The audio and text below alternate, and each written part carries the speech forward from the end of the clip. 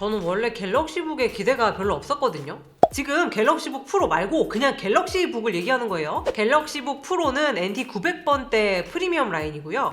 그냥 갤럭시북은 NT700번대 중상급기 라인입니다. 상품 페이지에 나와있는 홍보 문구랑 스펙을 쭉 읽어보니까 또 원가 절감 오지게 하고 삼성 브랜드빨로 비싸게 팔려는 노트북이구만 이라는 생각이 들었었거든요. 아니 근데 생각보다 성능이 좋네? 심지어 더 비싼 상위 기종인 갤럭시북 프로보다도 성능 면에선 더 좋더라고요. 이게 대체 어떻게 된 일인지 차근차근 말씀드려보도록 할게요. 더 많은 자료가 필요하신 분들은 JN테크 리뷰의 블로그를 확인해주세요. 저희가 리뷰용으로 구매한 삼성의 새 중상급기 노트북은 삼성 갤럭시북 NT750입니다. NT700번대의 15인치 노트북이라는 뜻인데요. 인텔 11세대 타이거레이크 저전력 CPU에 Xe 내장 그래픽, 램은 온보드로 16GB가 달린 모델입니다. 그동안 삼성 노트북들은 대부분 쿨링 설계가 좋지 못했어서 장착된 CPU에 전력을 제대로 넣어주지 못한다는 단점이 있어왔거든요. 근데 전력을 많이 넣어주지 않으면 부품이 제 성능을 내주지 못하니까 성능이 항상 안 좋았던 겁니다. 이 노트북은 심지어 전력을 많이 넣어주지 않으면 제 성능을 내지 못하는 타이거레이크 저전력 CPU가 달려있기 때문에 이번에도 성능 똥망이겠구만 했는데 아니었어! 세 가지 성능 모드에서 전부 CPU 전력을 28W까지 풀로 먹일 수가 있습니다. 그러면서도 코어 온도가 70도에서 80도 사이로 낮게 유지가 돼요. 애초에 저전력 노트북 중에서 CPU 전력을 이 정도로 유지할 수 있는 애들이 많지도 않고 있다고 해도 코어 온도가 90도 가까이 올라가는 편이기 때문에 엄청 쿨링 설계를 잘했다고 할 수 있겠죠. 그래서 CPU 벤치마크를 보면 동일한 CPU가 탑재되어 있던 LG그램과 그동안 삼성의 프리미엄 라인이었던 이온2랑 비교해봤을 때 점수가 10에서 15% 정도 높습니다. 그리고 최근에 나온 NT950 갤럭시북 프로의 시네벤치 R23 점수를 보면 i7 1165G7일 때 싱글코어 1400점, 멀티코어 5119점으로 나오는데요. 갤럭시북은 i5급인데도 불구하고 멀티코어 점수가 더 좋다는 걸 알 수가 있습니다. 싱글코어 점수야 i5와 i7의 스펙 차이 때문이라고는 할 수 있지만 발열과 전력이 되게 큰 영향을 미치는 멀티코어 점수가 높은 걸 보니까 확실히 상위 모델보다도 쿨링 설계를 잘 뽑았다 이렇게 판단할 수가 있겠죠. 타이거레이크 저전력 CPU가 전력을 제대로 먹으면 유리한 점이 또 있습니다. 그건 바로 타이거레이크 Xe 내장 그래픽의 성능을 제대로 활용할 수 있다는 거. 타이거레이크 CPU가 욕을 많이 먹긴 했어도 내장 그래픽 하나는 또 기깔나게 만들었거든요. 그래서 그래픽 벤치마크 점수는 라이젠 CPU가 달린 모델들보다도 좋습니다. 물론 내장 그래픽이 아무리 좋다고 한들 MX450 외장 그래픽이 달린 것보다는 성능이 아무래도 낮긴 하지만요. 그래도 내 노트북에 탑재된 하드웨어의 성능을 100% 활용할 수 있는 설계라는 점이 참 기분이 좋다 이겁니다. 이렇게 성능이 잘 나왔기 때문에 게임도 꽤 잘 돌아갑니다. 저희가 지금까지 테스트해봤던 Xe 내장 그래픽 노트북 중에서는 가장 좋은 수준이다. 리그 오브 레전드 같은 저사양 게임들은 쾌적하게 플레이가 되고 오버워치 같은 게임도 옵션만 낮춘다면 평균 60프레임은 뽑아줍니다. 하지만 로스트아크는 조금 힘들어요. 11캐스트 정도만 하실 수가 있을 것 같다. 그래도 내장 그래픽만으로 이 정도 게임을 할 수가 있다는 거는 참 대단한 일인 건 맞습니다. 표면 온도나 소음은 모두 쾌적하게 유지가 됩니다. 아무래도 코어 온도가 낮게 유지되는 구조이기 때문에 그런 것 같아요. 표면 온도는 전체적으로 체온 이상으로 올라가진 않아서 오래 사용을 하더라도 손에 열이 쌓여서 불편하게 느껴지실 일은 없을 것 같습니다. 소음은 최고 성능 모드에서 46dB까지 올라가지만 성능을 생각하면 그렇게 시끄러운 수준은 아니고요.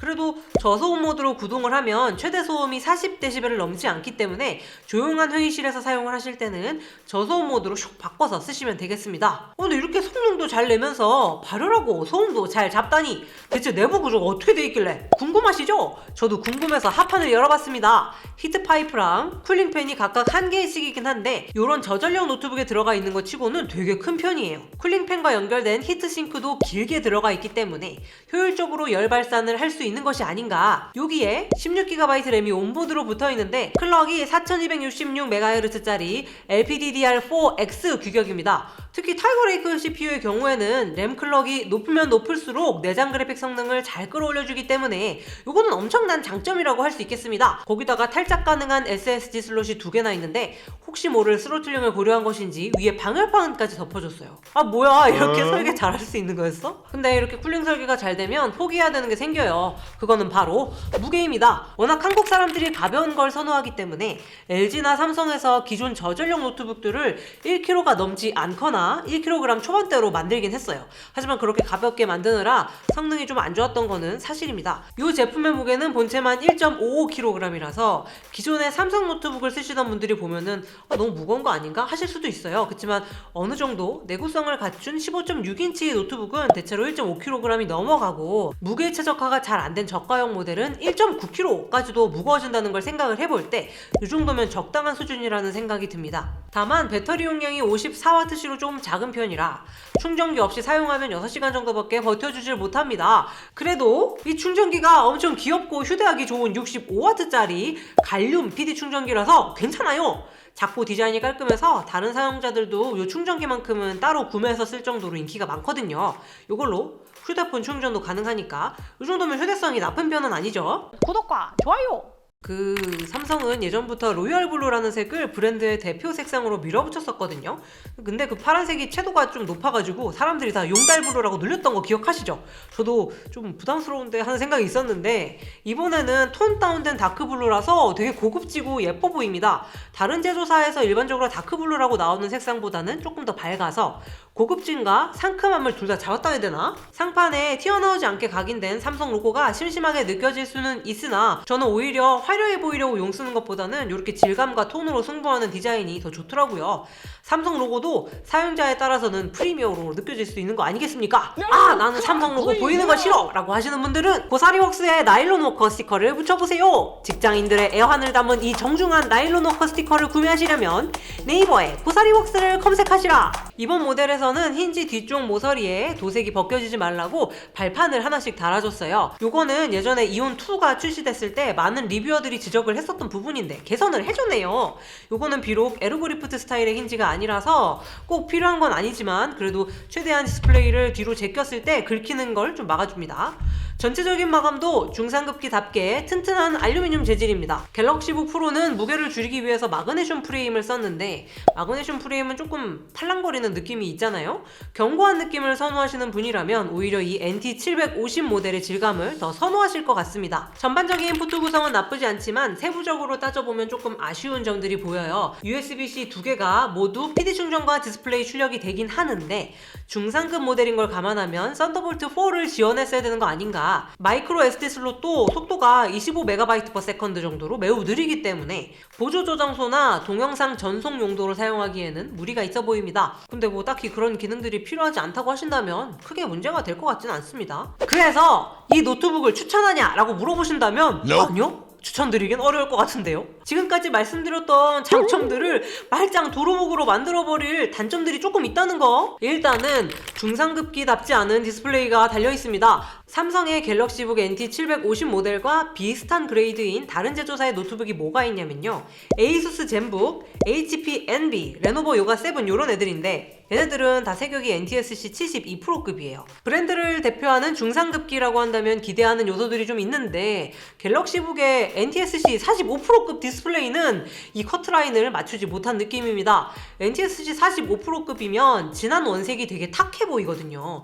뭐 가격이 70만원대인 중급기라면 이해하고 넘어갈 수 있는 수준인데 이 제품은 정가가 100만원 정도이기 때문에 그 가격에는 다른 경쟁 기종을 구매하는 것이 더 이득이라고 느껴집니다. 물론 사진이나 영상, 그래픽 작업을 하시는 분이 아니라면 크게 불편하지 않게 느껴질 수 있고 세격은 낮지만 최대 밝기는 또 300니트까지 올라가서 시인성 자체가 나쁘지는 않습니다.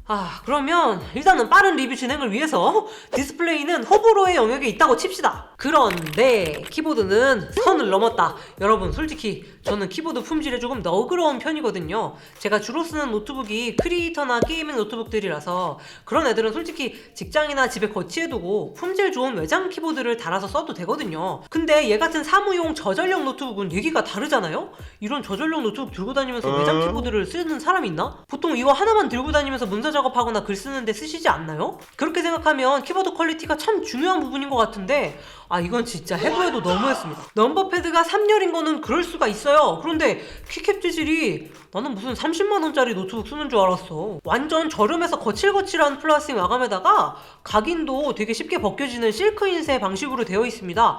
그리고 보통 이런 저렴이 플라스틱 키캡은 비투가가 안 되죠. 그래서 백라이트가 없습니다. 아니 100만원짜리 노트북인데 백라이트가 없다고? 거기다가 키감은 솔직히 제가 올해 써본 노트북 중에 단연코 최악이라고 말씀드릴 수가 있을 것 같습니다. 참고로 여러분 이게 2021년 마지막 노트북 리뷰예요. 키 깊이도 되게 낮고 반발력이 거의 없어서 지금 내가 타자를 치고 있는 건지 바닥을 치고 있는 건지 심지어 F랑 J키에 넣어주는 돌기가 거의 촉감으로는 느껴지지가 않아서 타자 칠 때 눈으로 꼭 확인을 해야 되는 그런 불편함이 있습니다.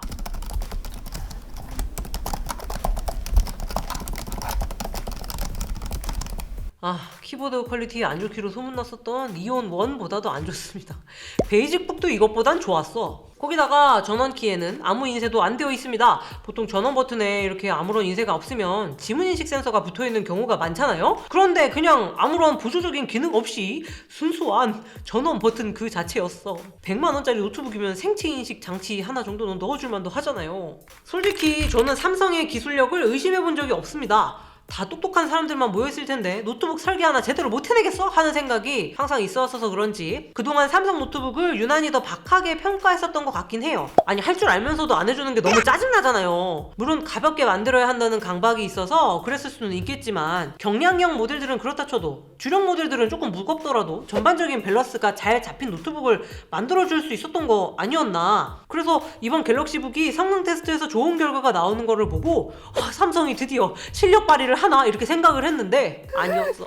키보드가 이건 아니잖아요. 조금 안 좋은 정도였으면은 그럴 수 있다, 우리 삼성이 이 정도로 설계에 힘을 냈으면 이해해줄 수 있다 이랬을 텐데 키보드 때문에 노트북을 쓰기 싫어질 정도로 구리니까 너무 밸런스를 못 잡은 건 아닌지. 근데 또 키보드 디스플레이 안 좋은 거 괜찮다, 나는 막눈 막손이라 괜찮아 하시는 분들한테는 되게 만족스러울 거예요. 진짜 성능이나 디자인 같은 거는 잘 뽑혔으니까. 그래서 저희 리뷰 내용으로 노트북의 스탯 파라미터를 잡아보면 이런 모양이 나옵니다. 또 이렇게 불균형한 모양새도 오래간만이구만.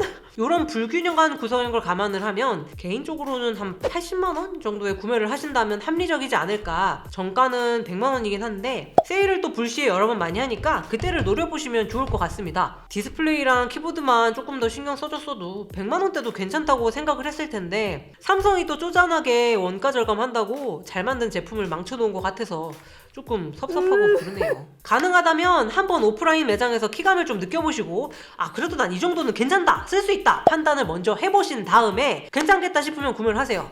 그렇다 해도 100만원은 좀 에바다. 그럼 오늘 리뷰는 여기까지. 다음에 봐요.